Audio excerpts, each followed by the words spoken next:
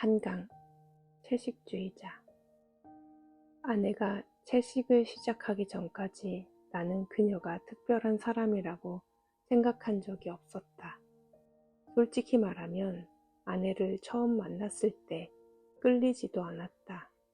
크지도 작지도 않은 키, 길지도 짧지도 않은 단발머리, 각질이 일어난 노르스름한 피부, 외꺼풀 눈에 약간 튀어나온 광대뼈, 개성 있어 보이는 것을 두려워하는 듯한 무채색의 옷차림, 가장 단순한 디자인의 검은 구두를 신고 그녀는 내가 기다리는 테이블로 다가왔다. 빠르지도 느리지도 힘있지도 가냘프지도 않은 걸음걸이로. 내가 그녀와 결혼한 것은 그녀에게 특별한 매력이 없는 것과 같이 특별한 단점도 없어 보였기 때문이었다. 신선함이나 재치, 세련된 면을 찾아볼 수 없는 그녀의 무난한 성격이 나에게는 편안했다. 굳이 그녀의 마음을 사로잡기 위해 박식한 척 할 필요가 없었고 약속 시간에 늦을까봐 허둥대지 않아도 되었으며 패션 카탈로그에 나오는 남자들과 스스로를 비교해 위축될 까닭도 없었다. 20대 중반부터 나오기 시작한 아랫배, 노력해도 근육이 붙지 않는 가느다란 다리와 팔뚝, 남모를 열등감의 원인이었던 작은 성기까지 그녀에게는 그다지 신경 쓰이지 않았다. 언제나 나는 과분한 것들을 좋아하지 않는 편이었다. 어린 시절에는 나보다 2~3살 어린 조무래기들을 거느리고 다니며 골목대장 노릇을 했고 자라서는 넉넉히 장학금을 받을 수 있는 대학에 지원했으며 내 대단찮은 능력을 귀하게 여겨주는 작은 회사에서 내세울 것 없는 월급이나마 꼬박꼬박 받을 수 있다는데 만족했다. 그러니 세상에서 가장 평범한 여자로 보이는 그녀와 결혼한 것은 자연스러운 선택이었다. 예쁘다거나 총명하다거나 눈에 띄게 요염하다거나 부유한 집안의 따님이라거나 하는 여자들은 애초부터 나에게 불편한 존재일 뿐이었다. 내 기대에 걸맞게 그녀는 평범한 아내의 역할을 무리 없이 해냈다. 아침마다 6시에 일어나 밥과 국, 생선 한 토막을 준비해 차려주었고 처녀 시절부터 해온 아르바이트로 적으나마 가게에 보탬도 주었다. 1년간 다닌 적이 있다는 컴퓨터 그래픽 학원의 보조 강사로 일했고 출판 만화의 말풍선에 대사를 쳐넣는 하청일을 받아 집에서 작업했다. 아내는 말수가 적은 편이었다. 나에게 무엇인가를 요구하는 일은 드물었고 내 귀가 시간이 아무리 늦어도 관여하지 않았다. 어쩌다 함께 있는 휴일에 어딘가로 외출하기를 청하지도 않았다. 내가 오후 내내 텔레비전 리모컨을 쥐고 뒹구는 동안 아내는 자신의 방에 틀어박혀 있었다. 아마도 일을 하거나 책을 읽는 모양으로. 아내의 취미라 할 만한 것은 기껏 책 읽기 정도였는데 그 책들이란 대부분 표지를 열어보기도 싫을 만큼 따분해 보이는 것들이었다. 끼니 때에만 문을 열고 나와 말없이 음식을 만들었다. 사실 그런 아내와 산다는 게 그다지 재미있는 일일 리는 없었다. 그러나 하루에도 몇 번씩 직장 동료나 친구들의 휴대폰을 울려대는 아내들, 주기적으로 바가지를 긁어 요란한 부부싸움을 벌이곤 한다는 아내들이 피곤하게 느껴지던 터였으므로 나는 감사히 여겼다. 오직 한 가지, 아내에게 남다르다고 할 만한 점이 있다면 브래지어를 좋아하지 않는다는 것이었다. 짧고 민숭민숭했던 연애 시절, 우연히 그녀의 등에 손을 얹었다가 스웨터 아래로 불의 지역끈이 만져지지 않는 것을 알았을 때 나는 조금 흥분했었다. 꼭 그녀가 나에게 무언의 신호를 보내고 있는 것인지 판단하기 위해 잠시 새로운 눈으로 그녀의 태도를 관찰했다. 관찰의 결과는 그녀가 신호 따위를 전혀 보내고 있지 않다는 것이었다. 신호가 아니라면 게으름이나 무신경인가? 나는 이해할 수 없었다. 볼품없는 그녀의 가슴에 노브라란 사실 어울리지도 않았다. 차라리 두툼한 패드를 넣은 브레이저를 하고 다녔다면 친구들에게 보일 때 내 체면이 섰을 것이다. 결혼한 뒤 아내는 집에서 아예 브레이저를 벗고 지냈다. 여름철에 잠깐 외출할 때면 동그랗게 돌출된 젖꼭지의 윤곽이 드러날까봐 할 수 없이 브레이저를 했지만 1분 안에 호크를 풀어버렸다. 옅은 색의 얇은 상의나 약간 끼는 옷을 입었을 경우에는 풀린 호크가 역력히 드러나는데도 그녀는 괴념하지 않았다. 내가 나무라자 그녀는 찌는 듯한 더위에 조끼를 겹쳐 입는 것으로 브레이저를 대신했다. 답답해서 브레이저가 가슴을 조여서 견딜 수 없다고 아내는 변명했다. 나야 브레이저를 해본 적이 없으니 그것의 착용감이 얼마나 숨막히는 것인지 알 길이 없었다. 그러나 모든 여자들이 그녀만큼 브레이저를 싫어하지 않으리라는 것만은 확실해 보였으므로 그녀의 과민함은 의아하게 느껴졌다. 그 외에는 모든 것이 순조로웠다. 올해로 결혼 5년 차에 접어들었으나 애초에 열렬히 사랑하지 않았으니 특별히 권태로울 것도 없었다. 지난해 가을 이 집을 분양받기까지 임신을 미뤄왔으니 슬슬 아빠 소리를 들을 때도 되지 않았나 하는 생각을 했을 뿐이다. 지난 2월 어느 새벽 아내가 잠옷바람으로 부엌에 서 있는 것을 발견할 때까지 나는 우리의 생활이 조금이라도 달라질 수 있으리라고 상상한 적이 없었다. 뭐하고 서 있는 거야? 나는 욕실에 불을 켜려다 말고 물었다. 새벽 4시쯤 되었나? 회식에서 마신 소주병 반 덕분에 요의와 갈증을 함께 느끼고 깨어난 참이었다. 뭐 하고 있느냐고? 나는 오싹한 추위를 느끼며 아내가 있는 쪽을 보았다. 잠과 취기가 가셨다.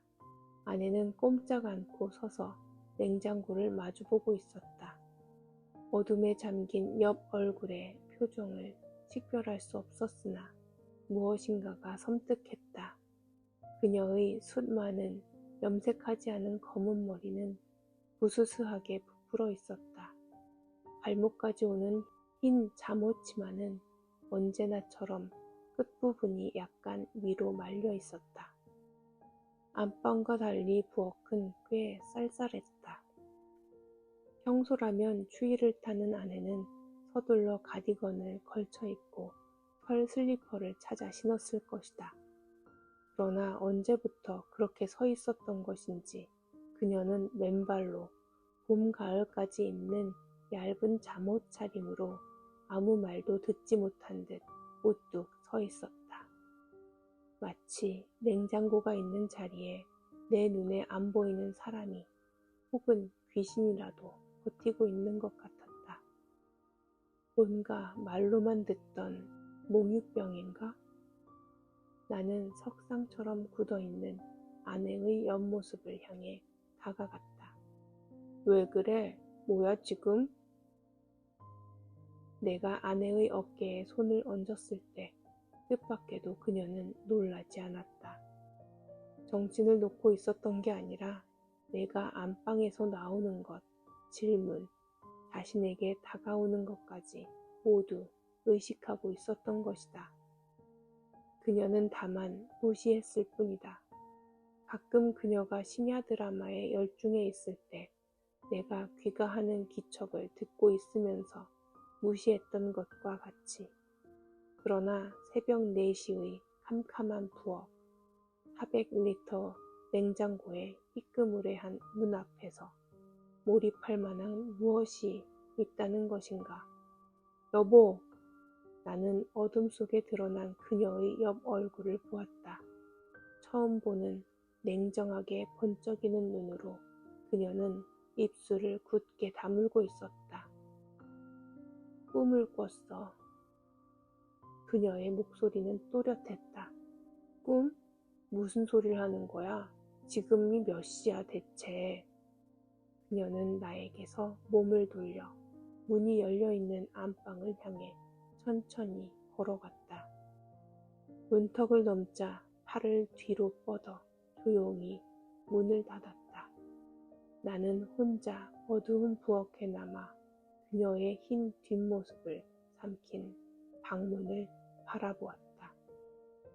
나는 욕실에 불을 켜고 들어갔다. 며칠째 영하 10도 안팎의 추위가 계속되던 즈음이었다. 나는 욕실에 불을 켜고 들어갔다. 며칠째 영하 10도 안팎의 추위가 계속되던 즈음이었다. 몇 시간 전에 내가 샤워를 했으므로 그때 물이 튄 슬리퍼가 아직 차갑게 젖어 있었다. 욕조 위로 시커멓게 뚫린 환풍구에서 바닥과 벽의 흰 타일들에서 냉혹한 계절의 적막감이 느껴졌다. 안방으로 돌아갔을 때 아내가 웅크리고 누워있는 쪽에서는 아무런 소리도 들리지 않았다. 마치 나 혼자 있는 방 같았다. 물론 그것은 내 착각이었다. 가만히 귀를 기울이자 매우 작은 숨소리가 들려왔다. 잠든 사람의 숨소리 같지는 않았다. 손을 뻗으면 그녀의 따스한 살을 만질 수 있었을 것이다.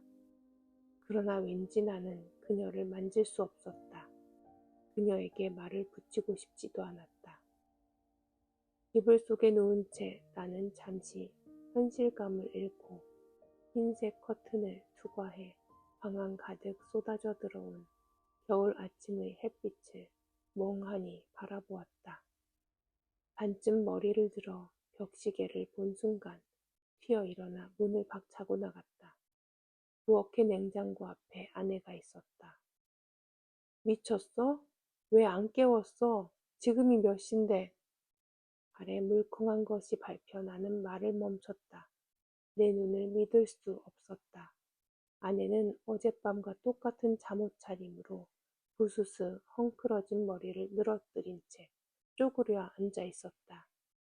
그녀의 몸을 중심으로 희고 검은 비닐 봉지들과 플라스틱 밀폐 용기들이 발 디딜 데 없이 부엌 바닥에 널려 있었다. 샤브샤브용 쇠고기와 돼지고기 삼겹살, 커다란 우족 2짝, 위생백에 담긴 오징어들, 시골의 장모가 얼마 전에 보낸 잘 손질된 장어, 노란 노끈에 엮인 굴비들, 포장을 뜯지 않은 냉동 만두와 내용물을 알 수 없는 수많은 꾸러미들, 부스럭거리는 소리를 내며 아내는 커다란 쓰레기 봉투들에 그것들을 하나씩 주워 담는 중이었다. 뭐 하는 거야, 지금? 나는 마침내 이성을 잃고 고함을 질렀다. 어젯밤과 똑같이 나의 존재를 무시하며 그녀는 계속해서 고기 꾸러미들을 쓰레기 봉투에 넣었다. 쇠고기와 돼지고기, 토막난 닭, 적게 잡아도 20만 원어치는 될 바다장어를. 당신 제정신이야? 이거 왜 다 버리는 거야? 나는 비닐봉지를 헤치고 달려가 그녀의 손목을 낚아챘다. 뜻밖의 아내의 손목 힘은 완강해 내 얼굴이 더워지도록 힘을 주고서야 비닐봉지를 놓게 할 수 있었다. 발개진 오른 손목을 왼손으로 주무르며 아내는 평상시와 똑같은 침착한 어조로 말했다.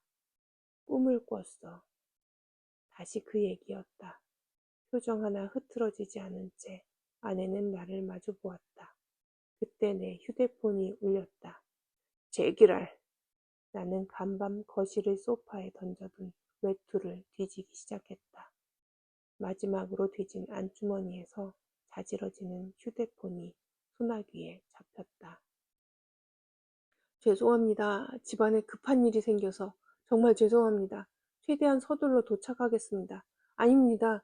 곧 갈 수 있습니다. 아닙니다. 그러시면 안 됩니다. 조금만 기다려 주십시오. 정말 죄송합니다. 예, 드릴 말이 없습니다. 나는 휴대폰 폴더를 닫고 욕실로 뛰어들어갔다. 급하게 면도하느라 두 군데 상처가 났다. 와이셔츠 다려놓은 거 없어? 대답이 없었다. 나는 욕설을 퍼부으며 욕실 앞의 빨래통을 뒤져 어제 던져놓은 셔츠를 찾았다. 다행히 구김이 많지 않았다. 넥타이를 머플러처럼 걸치고 양말을 신고 수첩과 지갑을 챙기는 동안에도 아내는 부엌에서 나와보지 않았다. 결혼 5년 만에 나는 처음으로 아내의 뒷바라지와 배웅 없이 출근해야 하는 것이었다. 미쳤군. 완전 맛이 갔어. 나는 얼마 전에 새로 구입해 볼이 비좁은 구두에 구두발을 구겨 넣었다. 현관문을 박차고 나가 엘리베이터가 꼭대기층에 머물고 있는 것을 확인하고 3층 계단을 뛰어내려갔다. 막 떠나려는 지하철에 올랐을 때에야 나는 어두운 차창에 비친 내 얼굴을 보았다.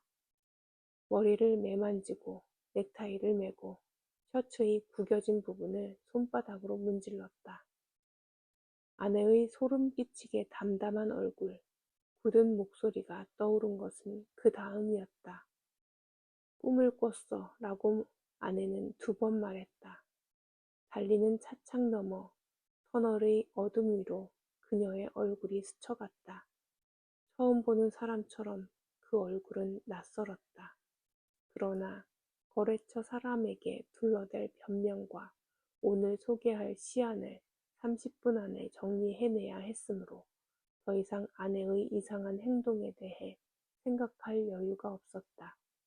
어떻게든 오늘은 일찍 들어가야겠어. 부서 바뀌고 몇 달 동안 하루도 12시 전에 퇴근한 적이 없었잖아. 라고 잠깐 속으로 뇌까렸을 뿐이었다.